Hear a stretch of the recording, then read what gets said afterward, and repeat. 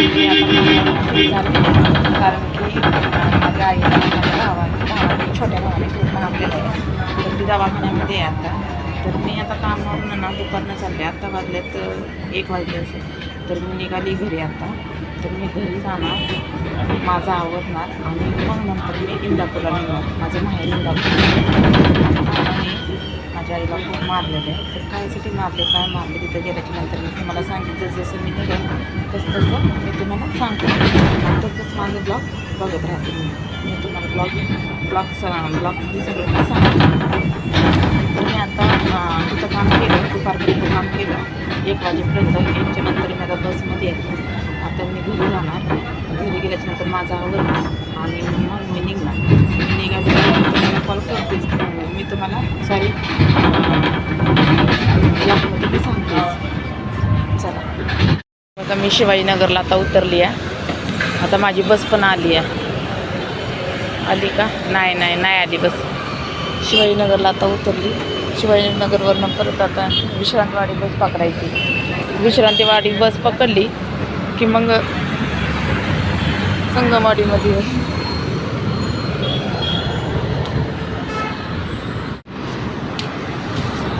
बरोबर.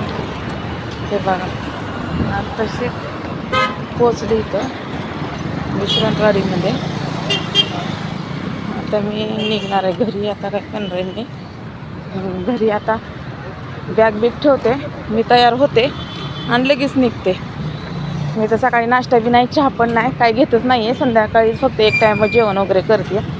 नंतर तर काही घेतच नाही आहे मी, संध्याकाळचं फक्त.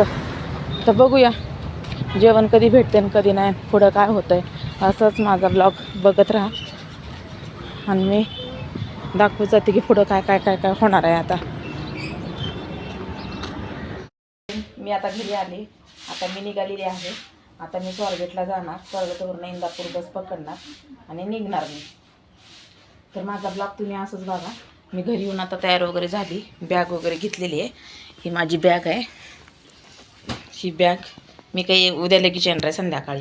तर मी एवढं घेऊन निघालेली आहे. तर मी आता निघते. आता मी घरी आले, कामावरून घरी आले, आता निघाली. चला माझा ब्लॉग असंच बघत राहा. मला खूप उशीर होतो जायला, मला असं वाटतंय.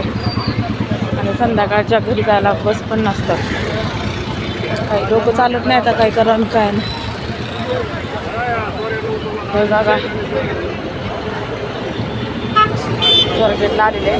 आता इंदापूरची बस कधी भेटणार माहीत नाही मला. आणि मी एकटीच चालली आहे.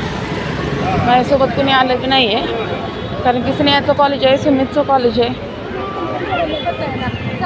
त्यामुळे ते कोणीच नाही आलेलं. तर मी एकटीच चालली आहे. कारण की आईला लागले, त्याच्यामुळं माझं जीव राहावा नाही ना आईला बघितल्याशिवाय. आता बघू काय होतं. बसमध्ये खूप गर्दी आहे. किती गर्दी आहे, सगळे उभा राहिलेत लोक.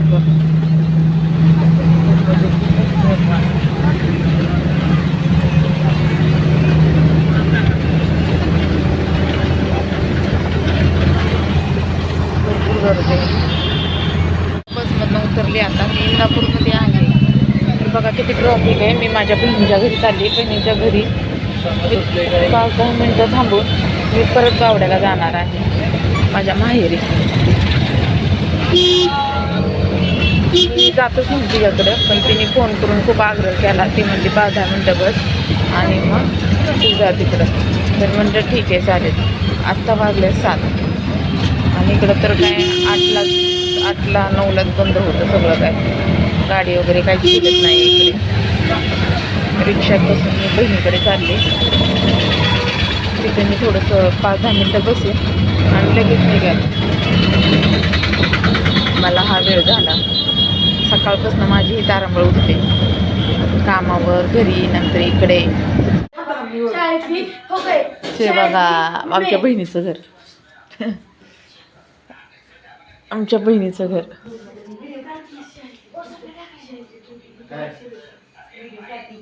अरे मी नाही तिकडे तरी के, हे मी नाही तिकडे, तिथे एवढ्यातच काढतीये. नाही जात रे, माझ्या बहिणीचं घर दाखवू दे ना ग.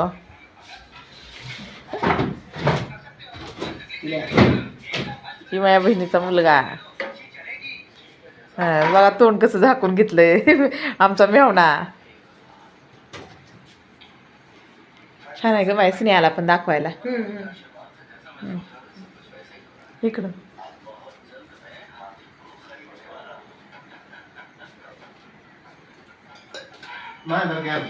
हो तुमचं मांजर द्या.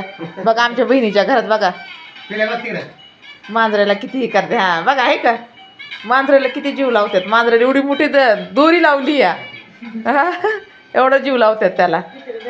हा आता आजचे दिवस तुझ्या घरी थांबणार, उद्या सकाळच्याला आईकडे जायचं. हा